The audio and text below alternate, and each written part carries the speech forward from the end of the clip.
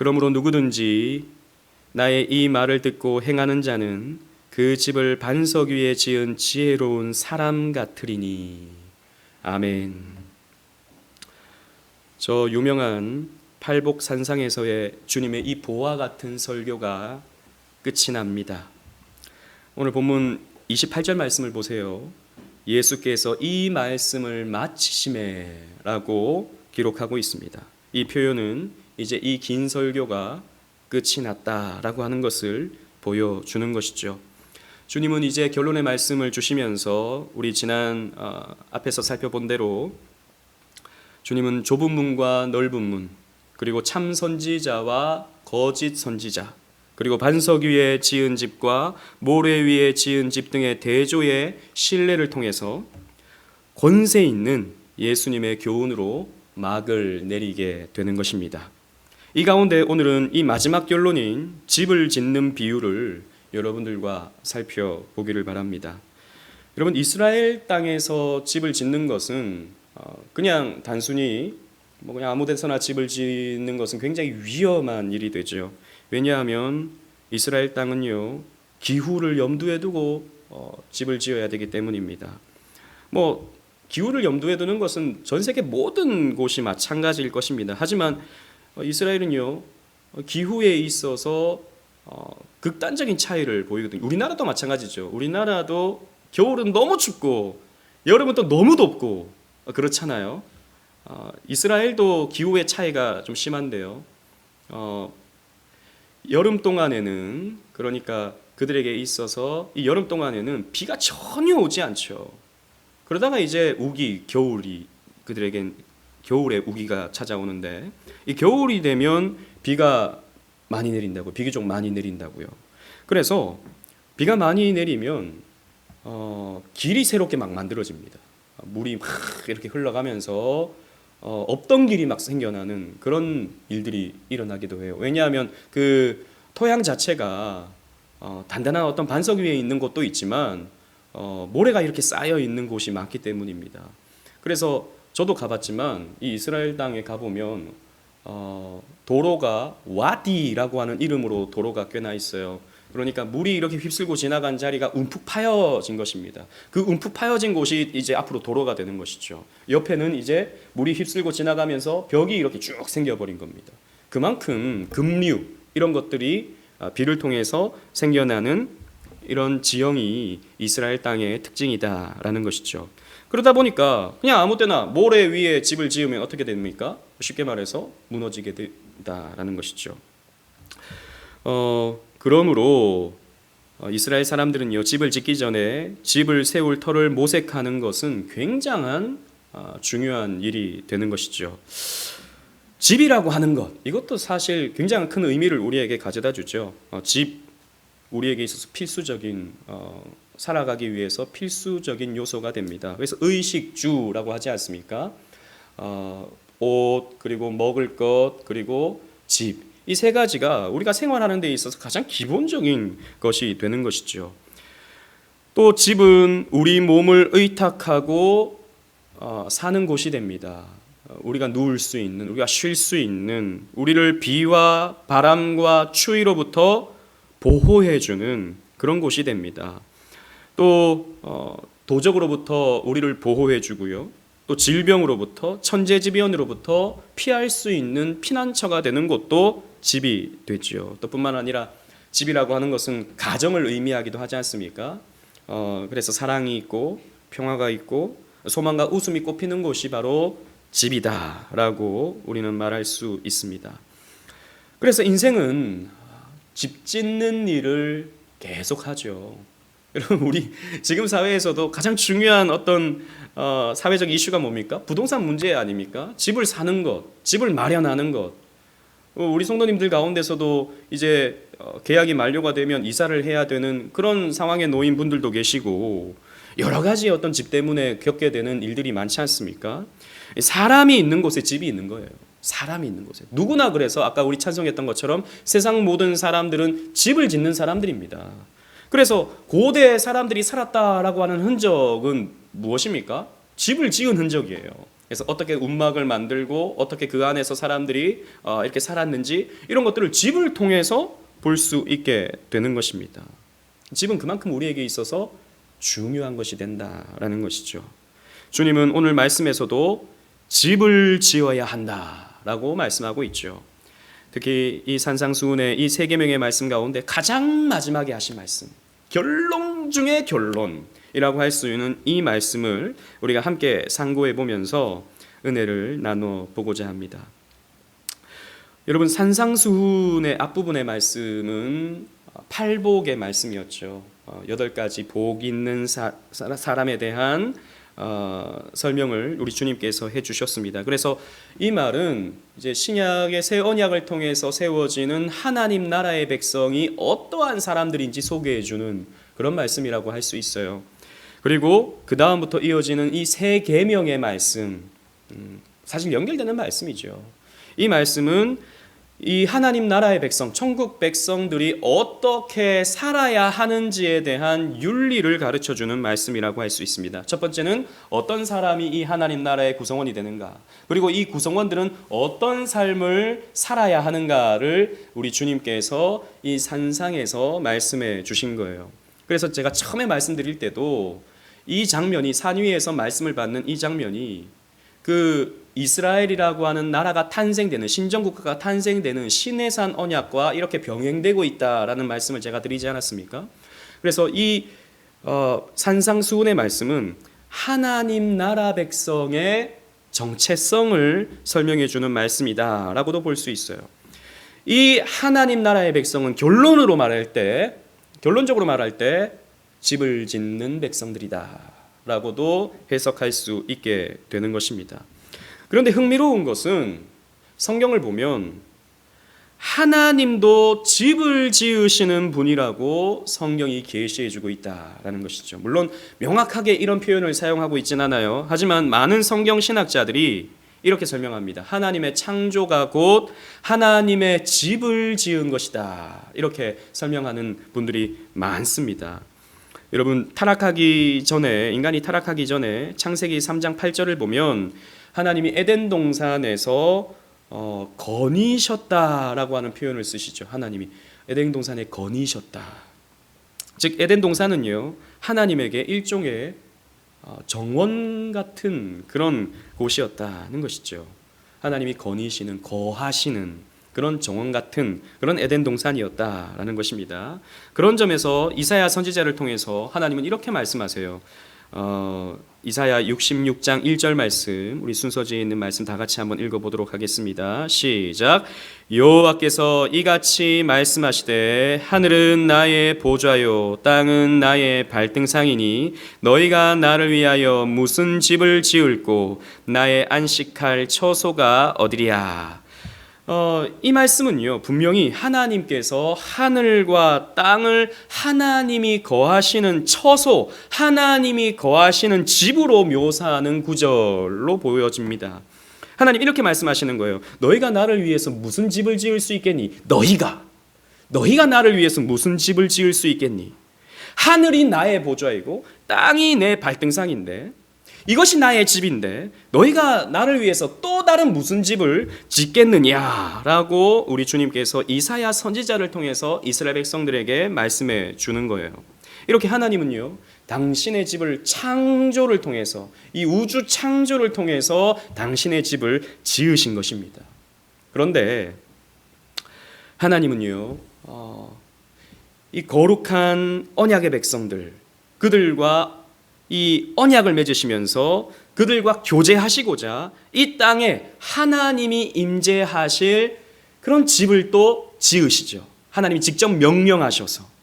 그것이 무엇입니까? 바로 성막, 그리고 이제 왕정시대로 가면 성전이 되는 것이죠. 그런데 이 열왕기상 8장 16절 말씀 한번 보십시오. 제가 한번 읽어보도록 하겠습니다. 내가 내 백성 이스라엘을 애굽에서 인도하여 낸 날부터 내 이름을 둘 만한 집을 건축하기 위하여 이스라엘 모든 지파 가운데서 아무 성읍도 택하지 아니하고 다만 다윗을 택하여 내 백성 이스라엘을 다스리게 하였노라 하신지라 라고 있습니다. 여기서 말하는 내 이름을 둘 만한 집이라고 말씀하시잖아요. 이게 뭐냐면 성전을 말하고 있는 것입니다. 이 성전을 건축하기 위해서 하나님은 다윗의 집을 선택하신 거예요. 다윗의 가문을 선택하신 거예요. 그래서 그의 아들 솔로몬을 통해서 하나님은 성전 건축을 이루어 가시죠. 이 성전을 내 이름을 둘 만한 집이라고 하나님 말씀하시는 겁니다. 여러분, 우리가 잘 아는 것처럼 이 성막과 성전을 두시는 것은 하나님이 직접 살기 위해서 두시는 게 아니에요. 하나님은 영이시죠. 우리와 같은 육신을 가지셔서 무슨 집이 필요한 그런 분이 아니시죠. 이 성막과 성전은 하나님을 위해서 존재하는 게 아니고요, 언약 백성들을 위해서 존재하는 겁니다. 하나님이 이 언약 백성들과 함께 만나시고 내가 너희 가운데 거한다, 내가 너희 중심에 있다라고 하는 것을 가르쳐 주시기 위해서 이 성막과 성전을 지어주시는 거예요. 그래서 하나님이 이 성전을 지으실 때도 다윗에게 이렇게 말씀하시죠. 사무엘하 7장을 읽어보면 사무엘하 7장은 굉장히 중요한 다윗 언약이 기록된 그런 말씀 아닙니까? 여기 읽어보시면 다윗이 이렇게 말하죠. 하나님, 제가 하나님을 위해서 집 하나 지어드릴게요. 성전 한번 지어드릴게요 라고 하죠. 그러니까 하나님 뭐라고 말씀하십니까? 아니, 됐다. 내가 무슨 집이 없어서 내가 뭐 집이 필요한 줄 아느냐? 라고 말씀하시죠. 즉 다윗이 지어주는 집이 필요한 게 아니에요. 하나님은요, 하나님께서 이스라엘 백성들을 위해 집을 지어주시는 거예요. 하나님은 집을 지어주시는 분이십니다. 그래서 내가 너희와 함께한다, 내가 너희 가운데 있다 라고 하는 것을 이 성막과 성전을 통해서 가르쳐 주시는 것이죠. 그리고 이제 신약시대 들어와서 이 성막과 이 성전은요, 예수님의 성육신으로 그 의미가 갱신이 되죠. 우리가 잘 아는 것처럼 이 예수님의 오심 그 자체가 성전이 세워지는 그 장면입니다. 요한복음 1장 14절 말씀, 우리 순서지를 보시고 다 같이 한번 읽어보도록 하겠습니다. 시작. 말씀이 육신이 되어 우리 가운데 거하심에 우리가 그 영광을 보니 아버지의 독생자의 영광이요 은혜와 진리가 충만하더라. 아멘. 여기 거하심에 라는 말이 있지 않습니까? 이 말이 헬라어를 보면 집을 짓는 데 사용되어지는 표현이에요. 그러니까 정확히 표현하면 천막을 치다. 예수님께서 이 땅 가운데 오셔서 무엇을 하셨다고요? 말씀이 육신이 되어서 천막을 치셨다, 성막을 치셨다 라고 하는 그런 의미가 되는 것입니다. 즉 예수님이 성육신 하신 것은 성막의 완성인 거예요. 예수님께서 이 땅 가운데 오신 것은 성전이 세워지신 것입니다. 그래서 예수님의 그 육신을 가리켜서 뭐라고 말씀하십니까? 이 성전을 헐라, 내가 사흘 만에 다시 일으키겠다. 이 말씀은 예수님께서 죽으시고 사흘 만에 다시 부활하신다라고 하는 그런 의미였죠. 예수님 자신이 곧 성전이셨어요. 그래서 이스라엘 백성들 가운데 내가 너희와 함께한다. 하나님이시니까, 예수님은 하나님이시니까 내가 너희와 함께한다. 그리고 이스라엘 중심에 내가 있다라고 하는 것을 예수님의 이 땅에 오심을 통해서 성육신을 통해서 나타내 주신 것이죠. 그래서 그분의 별명이 무엇입니까? 다른 이름이, 예수님의 다른 이름이 임마누엘, 하나님이 우리와 함께 하신다.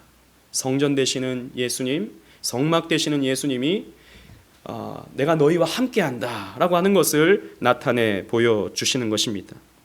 그런데 또 이것이 이제 서신서로 가게 되면 좀 더 그 의미가 확장됩니다. 우리가 잘 알듯이 이 신약 성경에서의 이 성전이라고 하는 개념은 예수님에게만 적용되는 말씀이 아니라 우리에게도 적용되어지는 말씀이죠. 이 성전은 예수 그리스도를 받아들이는 신자들에게까지 확장이 되는 거예요. 그래서 고린도전서 3장 16절 말씀, 우리 순서지를 보시고 다 같이 읽도록 하겠습니다. 시작. 너희가 하나님의 성전인 것과 하나님의 성령이 너희 안에 거하는 것을 알지 못하느뇨. 아멘. 너희는 하나님의 성전이다 라고 말씀하고 있습니다. 그리고 하나님의 성령이 너희 안에 거하시기 때문에 너희들은 하나님의 성전이 된다라고 말씀하는 거죠. 여러분, 성전이 무엇이었습니까? 구약 시대의 성전이, 그 성전에 하나님이 임재하시는 거예요. 그래서 성전에 영광이 임하면 구름이 빽빽하게, 안개가 빽빽하게 그 성전 안에 들어가는 것을 우리가 보지 않습니까? 그 하나님의 임재를 표현하는 것이죠. 그것이 성전의 의미였습니다. 내가 너희와 함께한다. 내가 이 성전을 통해서 너희를 만난다. 마찬가지입니다. 우리에게 성령께서 임하시죠. 우리의 인격에 성령께서 임재하십니다. 성령께서 임재하심으로 말미암아 우리가 곧 성전이 되는 것이죠. 그리고 우리의 모임 자체가, 교회로 모이는 이 모임 자체가 성전이 됩니다. 디모데전서 3장 15절에 있는 말씀 보시면 이 집은 살아계신 하나님의 교회요 진리의 기둥과 터이니라 라고 했습니다. 이 집이라고 또 표현하고 있죠. 이 집은 살아계신 하나님의 교회다. 이 교회가 곧 하나님의 집이다 라는 거예요. 여러분, 구약에서 하나님이 이렇게 건물을 지으신 까닭은 앞으로 예수님을 통해서 우리들 사람 안에 거하시기를 원하는 하나님의 계획이 예표가 된 것이었어요. 물론 앞에서 다윗과 관련해서 언급하였듯이 구약시대 때부터 하나님은 돌로 된 성전에 사시는 분이 아니라 자기 백성들 가운데 거하시는 분임을 말씀해 주셨습니다. 그때는 그림자를 보여주셨죠. 하지만 신약시대에 그리스도를 통해서 제대로 우리에게 가르쳐 주셨습니다. 그리스도께서 진정한 하나님의 거처가 되셔서 우리들 가운데 계셨고, 이제 우리는 그분을 통해서 하나님의 집이 되는 것이죠. 따라서 우리는 이 하나님의 집을 짓는 자들임을 우리는 기억해야 됩니다. 우리가 왜 이 땅에 심어졌는가? 왜 우리는 교회로 모였는가? 나는 왜 거듭났고 나는 왜 이 말씀 가운데 살아가는가? 집을 짓기 위해서다라는 것이죠. 하나님의 교회를 세우기 위해서 우리는 살아가는 것이다 라는 것입니다. 따라서 우리는 성전을 짓는 자들이에요. 우리 개인적으로 성전을 지어가고 우리는 교회를 통해서 성전을 짓는 자들입니다. 여러분, 그래서 성전 건축이라는 말, 그 말을 우리는 잘 사용해야 됩니다. 성전 건축은 결코 건물을 짓는 게 아니죠. 건물을 멋지게 지어가지고 성전 건축했다 이렇게 말할 수 없죠. 물론 워낙 많은 교회들이 그렇게 사용하니까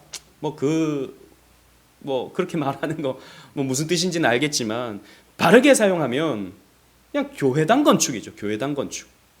교회 예배당 건축이에요. 예배당 건축. 성전은 우리가 성전입니다. 성전은 우리의 모임이 성전인 것이죠. 그래서 우리는 이 집을 짓기 위해 부름받은 하나님의 사람들이다라는 것이죠. 그러면 이 집을 우리는 어디에 지어야 할 것인가에 대한 생각을 가지게 됩니다. 주님께서 이렇게 말씀하고 계시죠. 24절 말씀, 오늘 본문 24절을 우리 다 같이 한번 읽어보도록 하겠습니다. 시작. 그러므로 누구든지 나의 이 말을 듣고 행하는 자는 그 집을 반석 위에 지은 지혜로운 사람 같으리니. 아멘. 보십시오. 그 집을 반석 위에 지은 사람이 지혜로운 사람이다. 즉, 집을 지을 때 반석 위에 집을 지어야 된다. 너희가 성전을 지어갈 때 너희들은 반석 위에서 집을 지어야 된다라고 말씀하고 있는 것이죠. 그럼 반석이 뭘 말하는 것입니까? 반석? 이 본문에서 우리 찾아보십시다. 반석. 본문에서는 이렇게 말하고 있어요. 누구든지 나의 이 말을 듣고 행하는 자는 반석 위에 집을 짓는 지혜로운 사람이다 라고 말씀하고 있죠. 즉, 반석 위에 집을 짓는 사람은 나의 이 말을 듣고 행하는 자가 되는 것입니다. 즉, 여러분, 이 말, 예수님께서 말씀하시는 이 말은 또 어떤 말씀입니까? 앞에서 쭉 말씀하셨던 이 산상수훈의 말씀, 팔복의 말씀, 세계명의 말씀, 이것을 말하는 것입니다. 이 세계명의 말씀을 듣고 행하는 자가 반석 위에 집을 짓는 자가 된다라고 우리 주님께서 가르쳐주고 있는 것이죠. 주님은요, 이 반석 위에 세우는 집에 대해서 다른 본문에서도 언급하신 바가 있어요. 우리가 잘 아는 것처럼 베드로가 멋진 신앙 고백을 주님 앞에 내놓았을 때 주님은 이렇게 말씀하셨죠. 마태복음 16장 18절 말씀, 우리 순서지에 있는 말씀 다 같이 읽어보도록 하겠습니다. 시작. 또 내가 내게 이르노니 너는 베드로라. 내가 이 반석 위에 내 교회를 세우리니 음부의 권세가 이기지 못하리라. 아멘. 여기서도 마찬가지로 우리 주님께서 반석 위에 무엇을 세운다고요? 교회를 세우겠다라고 말씀하고 있죠.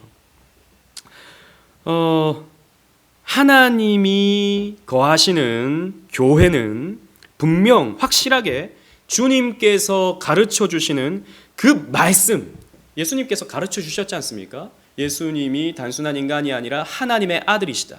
그리고 예수님은 구약에 예언된 메시아다라고 하는 것을 가르쳐 주지 않았습니까? 그 말씀대로 베드로는 고백했다고요. 그게 반석이다라는 것입니다.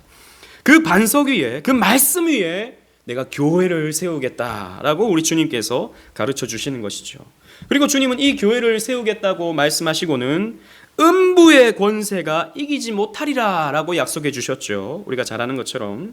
그런데 이 말씀에 대해서 16장 19절에 이렇게 또 예수님은 덧붙여서 설명해 주십니다. 제가 읽어볼게요. 내가 천국 열쇠를 내게 주리니 내가 땅에서 무엇이든지 매면 하늘에서도 매일 것이요 내가 땅에서 무엇이든지 풀면 하늘에서도 풀리리라 라고 우리 주님께서 말씀하셨어요. 우리가 잘 아는 말씀이죠. 천국 열쇠를 이제 교회에게 주시는 거예요. 그리고 땅에서 잠그면 하늘도 잠기고 땅에서 풀면 하늘도 풀린다 라고 하는 말씀을 주셨어요. 너무 대단하지 않습니까? 이런 권세를 교회에게 주신다? 이 부분에 대해서 마태복음 18장에 가면 예수님께서 이 부분을 이제 좀 더 자세하게 설명해 주시는데 이 매고 푸는 권세가 무엇이라고 말씀하시냐면 죄사함의 권세라고 말씀하세요. 죄사함의 권세. 즉 죄사함의 권세를 누구에게 주셨는가? 교회에게 주셨다라는 거죠. 여러분 근데 좀 과하지 않습니까? 여러분 죄 사하는 권세가 어떻게 죄인인 인간에게 주실 수 있습니까? 죄를 사하는 일은 하나님만이 하시는 일 아닙니까? 그 마가복음 2장 7절에도 죄 사함은 하나님께서 하신다라고 가르쳐주고 있거든요. 그런데도 주님은 이 본문에서 이 마태복음에서 사람들에게 죄 사하는 권세를 교회에게 주신다라고 말씀하시고요. 또 요한복음 20장에 가면 사도들에게 숨을 내쉬면서 말씀하시기를 너희가 네 죄를 사하든지 사하여질 것이요 네 죄든지 그대로 두면 그대로 있으리라 라고 예수님께서 또 말씀해 주셔요. 이 권세를, 이 죄 사함의 권세를 교회에게 주신다, 사도들에게 주신다라고 말씀하고 있는 거죠. 여러분 어떻게 이렇게 가능합니까? 어떻게 이 연약한 사람들의 집단인 이 교회가 죄 사하는 권세를 가질 수 있는 것입니까? 그것은 다름이 아닌 교회가 하나님이 거하시는 집이 되기 때문이에요.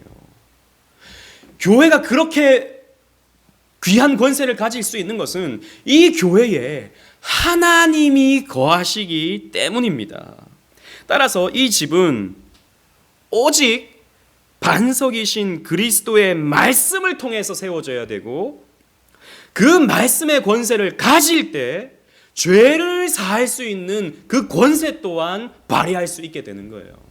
교회가 말씀 위에 세워지지 않으면, 우리 주님의 말씀 위에 세워지지 않으면 결코 그 권세를 발휘할 수 없습니다.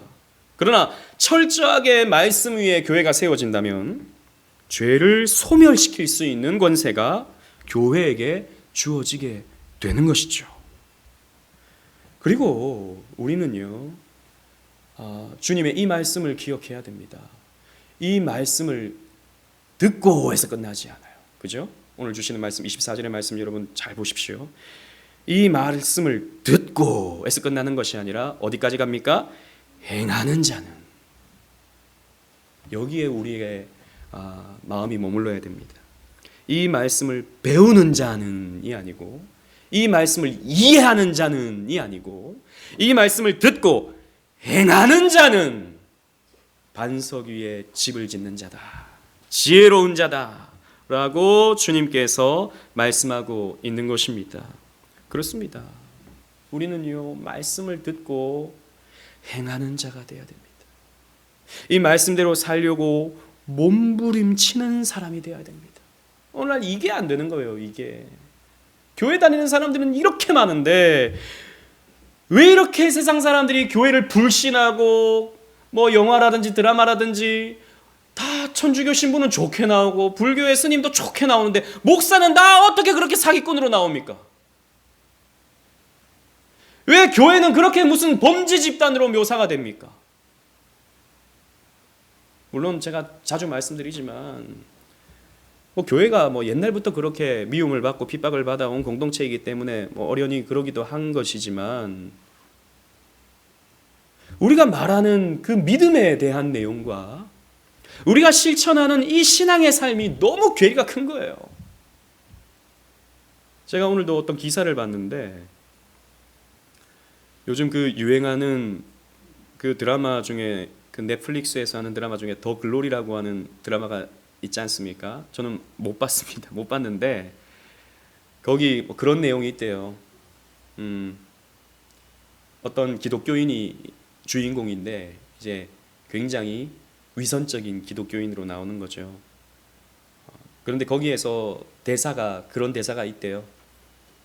온갖 더러운 짓은 다 하고 온갖 파렴치한 범죄는 다 저지르는데 나는 예수를 믿기 때문에 그래도 나는 구원받을 거야. 이런 말을 한다는 거죠. 예전에 그 밀양이라는 영화에서도 뭐 그런 대사가 이렇게 나오지 않습니까? 이게 사람들에게 있어서는 불신 사람들에게 있어서는 딜레마가 되는 거죠. 교회 다니는 사람들. 아니 저렇게 살고도 구원받는다고? 저렇게 이기적으로 살면서도 구원받는다고? 이런 이해하지 못하는 모습들이 있는 것이죠. 교회 다니는 사람들에게. 물론 여러분 우리가 어떻게 완벽하게 살겠습니까? 우리가 어떻게 완벽하게 늘 이해하고 늘 용서하고 늘 우리 주님께서 가르쳐 주신 이 계명대로 이렇게 살겠습니까? 살고 싶어도 안 되잖아요. 그런데요, 덮어놓고 이건 그냥 말씀이고 나는 그냥 예수 믿기만 하면 난 구원받아. 이러한 잘못된 이원론적인 이런 신앙이 세상 사람들에게는 손가락질만한 어떤 이유가 된다라는 것이죠. 그런 부분에서 우리는 우리 스스로를, 우리 교회를 돌아볼 줄 알아야 되는 것입니다. 여러분, 우리의 신앙은요, 삶으로 나타나야 되는 신앙이 돼야 됩니다.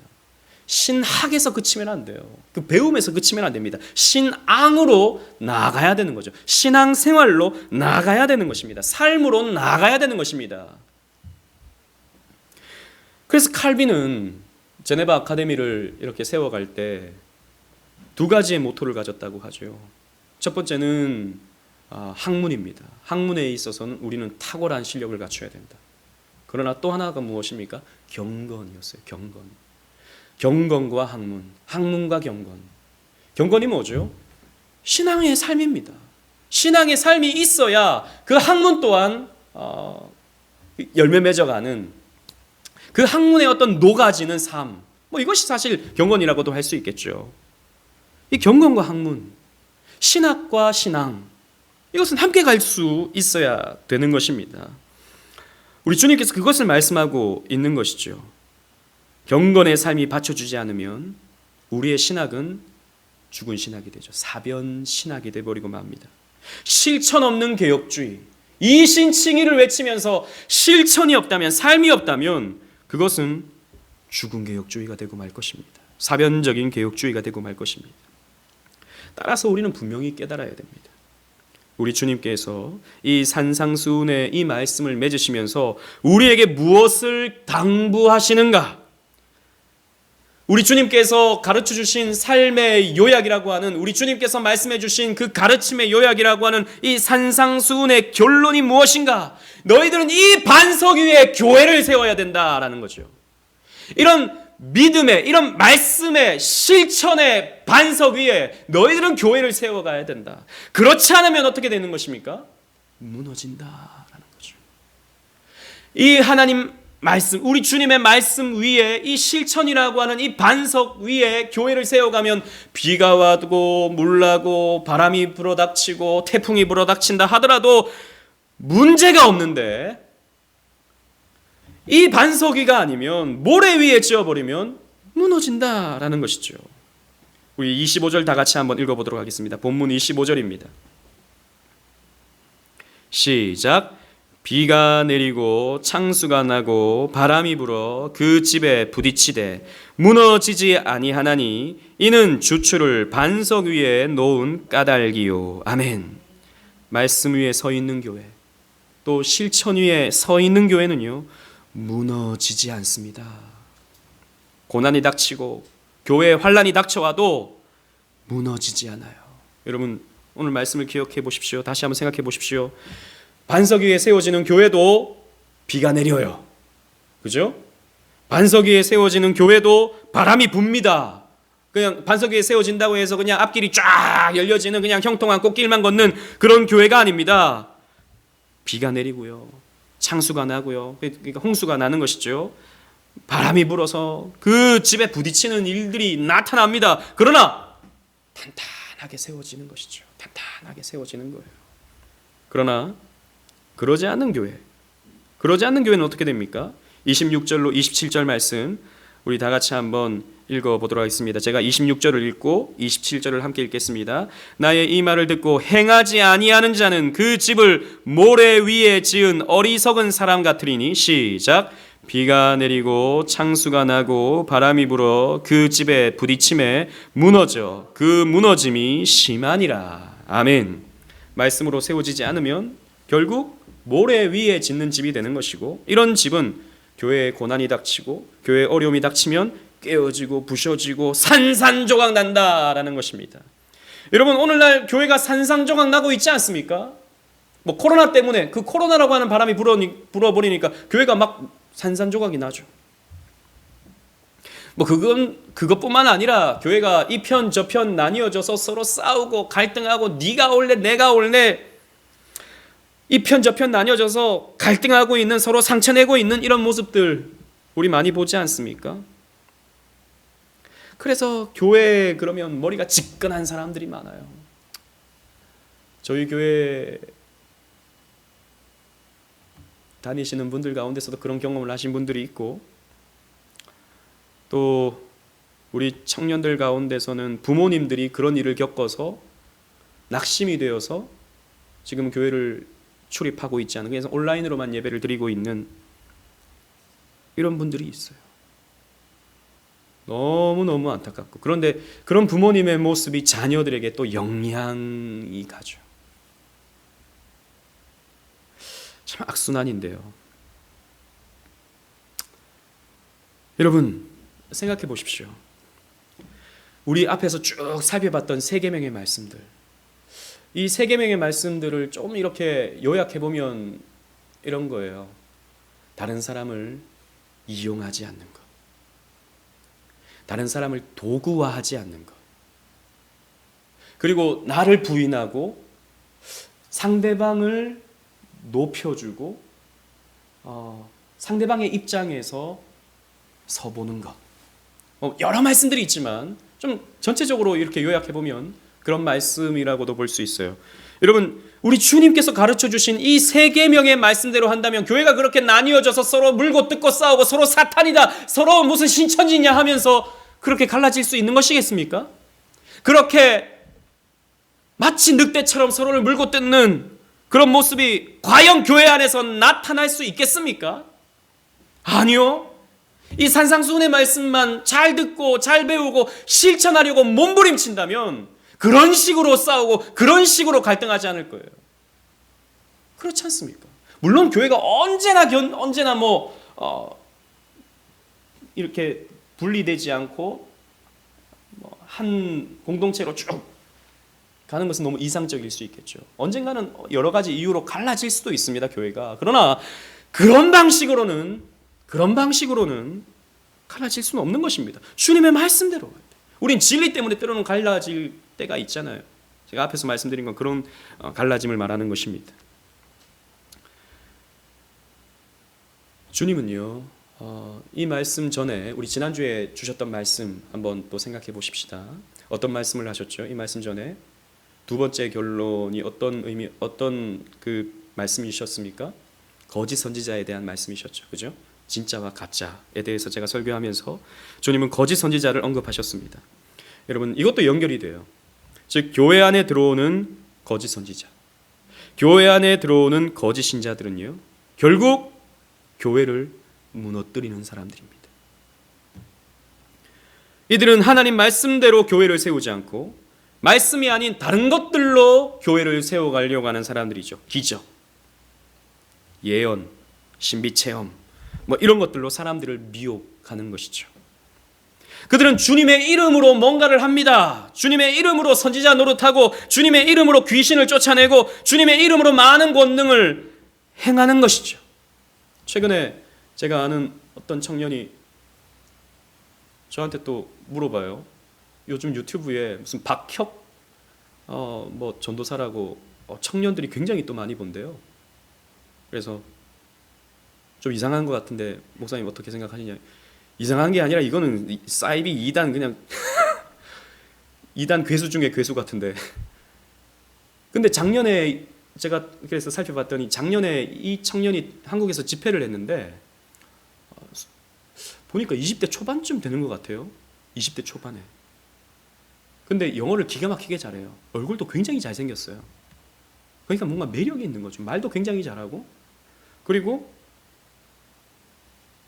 뭔가 예언이라든지 어떤 신비적인 기적이라든지 이런 것들을 기가 막히게 사람들에게 잘 보여준다는 거죠. 그래서 제가 한번 찾아봤는데 그냥 영상에 보니까 무슨 카드 같은 것들을 사람들한테 나눠줘요. 카드 같은 걸 사람들한테 나눠주면 그 카드를 받으면 사람들이 벌벌벌 떨어요. 막. 왜 떠냐 보니까 그 카드가 너무 뜨겁대요. 뜨거워가지고 막 벌벌벌 떠는 거예요. 그런 걸 사람들이 보는 거죠. 제가 그랬어요. 또 귀신도 그렇게 막 잘 쫓아낸대요. 여기 막 집회하면 막 귀신 들린 사람이 앞에 나와가지고 자기가 무슨 귀신인데 예수 이름으로 명하노니 나가라 그러면 막 픽픽 쓰러지고 막 그런다는 거죠. 그래서 제가 그랬어요. 그 박혁 전도사 저 구로구에 가면은 성락교회라고 있는데 김기동 목사라고 있어. 똑같이 하네. 그 20년 30년 전에 똑같이 하는 것밖에 없어. 그러니까 새로운 김기동인 거예요. 새로운 김기동.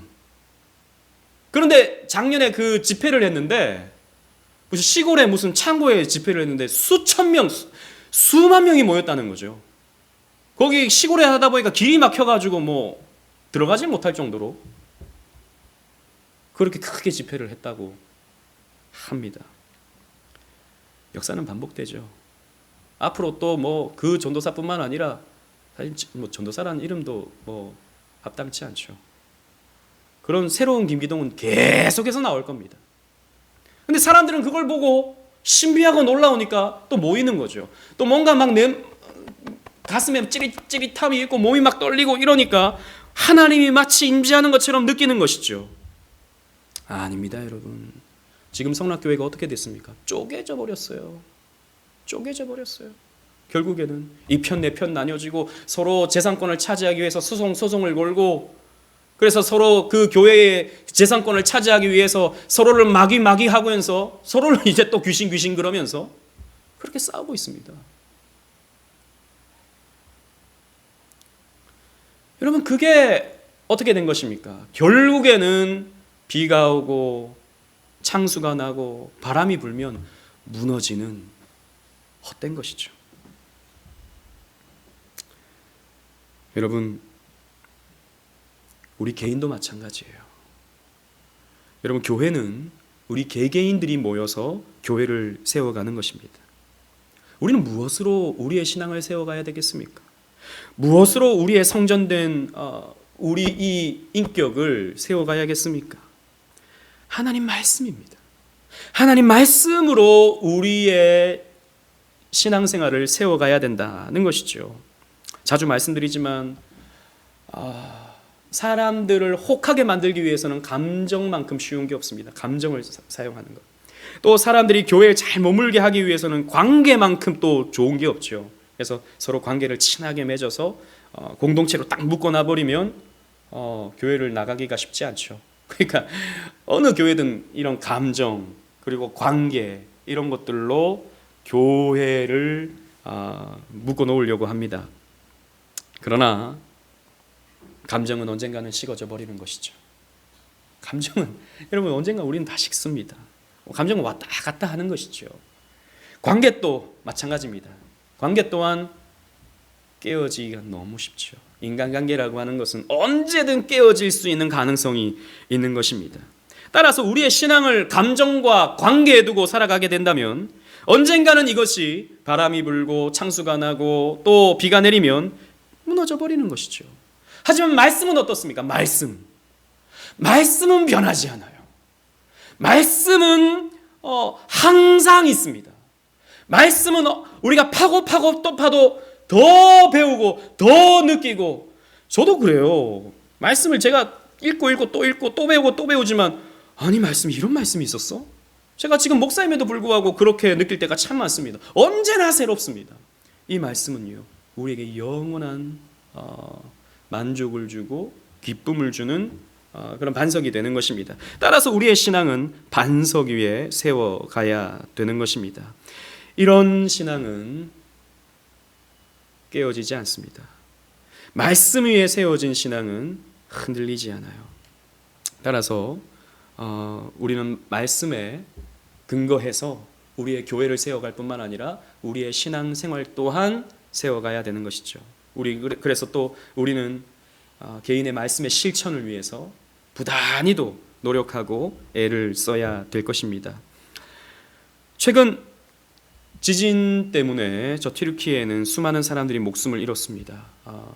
5만 명가량이나 되는 많은 사람들이 목숨을 잃었고, 또 지금 병원에 있는 사람들 가운데서 또 적지 않은 사람들이 후유증을 견디지 못하고 죽음을 당하겠죠. 그러면 뭐 예측하기로는 한 8만 명 되는 사람들이 목숨을 잃는다라고 하더라고요. 그런데 여러분 뉴스를 보셨습니까? 진원지와 한 100km 정도 떨어진 에르진이라고 하는 도시는요, 진도 7.8의 그곳에도 이 지진이 났지만 집 한 채도 무너지지 않았대요. 그리고 한 사람의 사상자도 발생하지 않았다고 합니다. 그보다 더 먼 곳에서는 집이 무너지고 사람들이 죽고 난리가 났는데 이곳에서는, 에르진이라는 곳에서는 단 한 사람의 피해도 없었다. 그리고 단 한 집도 무너지지 않았다라는 것이죠. 그래서 여러 학자들이 뭐 이렇게 또 연구를 하더라고요. 원래 이 에르진이라고 하는 곳 자체가 지반이 탄탄하다. 그래서 흔들림에 잘 견뎠다. 뭐 이렇게 설명을 하기도 하고요. 또 처음에 제가 들었던 뉴스에서는 뭐 이런 얘기가 있었습니다. 그곳 시장이 그렇게 건물에 대해서 엄격한 어떤 법률을 적용했다라는 것이죠. 불법 건축 이런 것에 대한 타협하지 않고, 불법 건축이 있으면 다 그냥 무마시켜버리고 다시 짓게 만들고, 그래서 시민들로부터 욕도 많이 먹었대요. 융통성이 없다, 뭐 지진이 언제 일어날 줄 알고 이렇게 많은 돈을 들여야 되냐 라면서 핀잔도 많이 받았다고 합니다. 그런데 어떻게 됐습니까? 지진이 일어나니까 피해가 없는 거죠. 그렇게 법대로 내진 설계를 하고 이런 철근이라든지 콘크리트라든지 이런 것들을 법대로 이렇게 건축을 잘했을 때, 이런 지진이 일어났을 때 그 지진을 견디게 되더라라는 것입니다. 여러분, 그 타협하지 않은, 뭐 어쨌든 뭐 그 지도자뿐만이 아니겠죠. 그 시민들 또한 그렇게 협조했겠죠. 그런 협력이, 타협하지 않은 그 협력이 그 도시를 살렸습니다. 그 도시의 사람들의 생명을 보호해 주었습니다. 마찬가지입니다. 우리가 하나님의 집, 이 교회를 세울 때에도 불법 건축을 허용하지 말아야 됩니다. 우리는 불법 건축을 허용하지 말아야 돼요. 말씀이 우리의 기초다라고 하는 이 사실을 우리는 잊지 말아야 됩니다. 주께서 이것을 교회의 사활이다라고 말씀해주고 있는 거죠. 교회는 무엇을 통해 세워지는가? 주의 말씀을 통해서 세워진다. 하나님의 집은 이 말씀을 통해서 세워진다. 다른 것을 통해서 세워져서는 안 된다라고 하는 것을 우리에게 가르쳐주고 있는 것입니다. 이것에 기초하지 않는다면 아무리 주의 이름으로 이것도 하고 저것도 하고 아무리 화려한 일을 한다고 하더라도 결국에 모래 위에 세운 집이 되고 말 것입니다. 그러나 말씀 위에 서는 교회만이 반석 위에 세운 집이 되는 것이죠. 여러분, 우리의 사명이 여기에 있습니다. 말씀으로 집을 지으십시다. 때로는 너무 많은 비용이 들고 때로는 사람들이 고리타분하다 딱딱하다라고 하면서 이 교회를 떠난다 하더라도, 재미없다 하여 떠난다 하더라도, 그러나 우리는 반석 위에 이 말씀에 순종하는 그런 실천적인 신앙을 통해서 이 교회를 세워가야 될 것입니다. 그렇게 함으로 주님의 뜻에 합당한 이 교회를 세워가는 저와 여러분들 되시기를 주님 이름으로 축원합니다. 아멘.